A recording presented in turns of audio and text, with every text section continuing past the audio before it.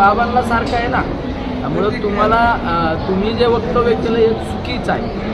याचा राज्यामध्ये पडसाद साईबाबांच्या भक्तामध्ये आज आपल्याला तीव्रता पाहायला मिळत आहे.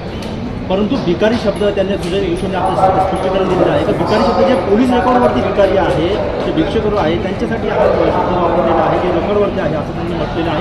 पण भूमिकेवर ठाम असल्याचं त्यांनी म्हटलेलं आहे. जवळपास 4,000 जे भिकारी आहेत त्यांना पोलिसांनी सुधारगृहामध्ये त्यांची रवानगी नमूद केलेली आहे. आज तुम्ही या नंतरच्या वक्तव्याला काय बोलता? तुम्ही बोलताना सरळ बोलले की महाराष्ट्रातील देशातील भिकारी या ठिकाणी आहेत. बाबांसमोर तो भाविक असतो ना, जो बाबांसमोर नतमस्तक होतो तो कोण आहे? तो बाबांचा भाविक आहे. तो भाविक आहे, तो श्रद्धेपोटी या ठिकाणी येतो आणि त्याला बोलण्याचा अधिकार नाही ना.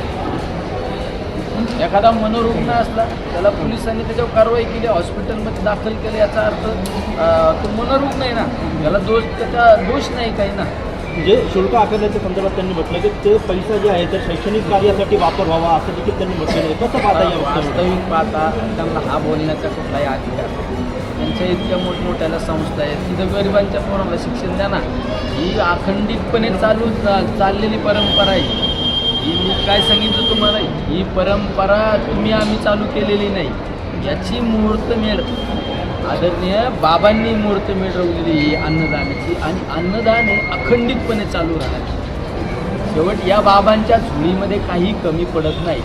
उद्या तुम्ही शिक्षणाच्या बाबतीत जरी खर्च करायचे ठरलं तर बाबांचे अनेक भाविक, कारण बाबा त्यांच्या हातून करून घेणार हे कार्य. उद्या हॉस्पिटलचं इतकं मोठं काम चालतं, पुढं हॉस्पिटलच्या कामात कमतरता पडली कारण बाबा हे सगळं करून घेतात भाविकांचं. बाबांना सुद्धा माहिती आहे कुठल्या भाविक भक्ताच्या हातातून काय करून घ्यायचं.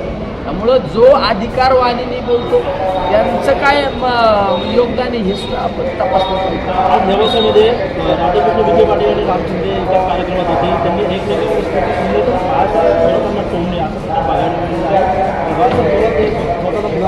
मुख्यमंत्री म्हणून आता त्यांची चर्चा सुरू होती, जाण्यात आले, परंतु त्यांना घरी बसवलं त्यांनी असं देखील त्यांनी त्या ठिकाणी म्हटलं. आता वास्तविक पाहता आपली ही जी बाईट आपण घेतली ही थोड्या काही अंतरावर जर घेतली असती तर मी राजकीय पण बोललो असतो.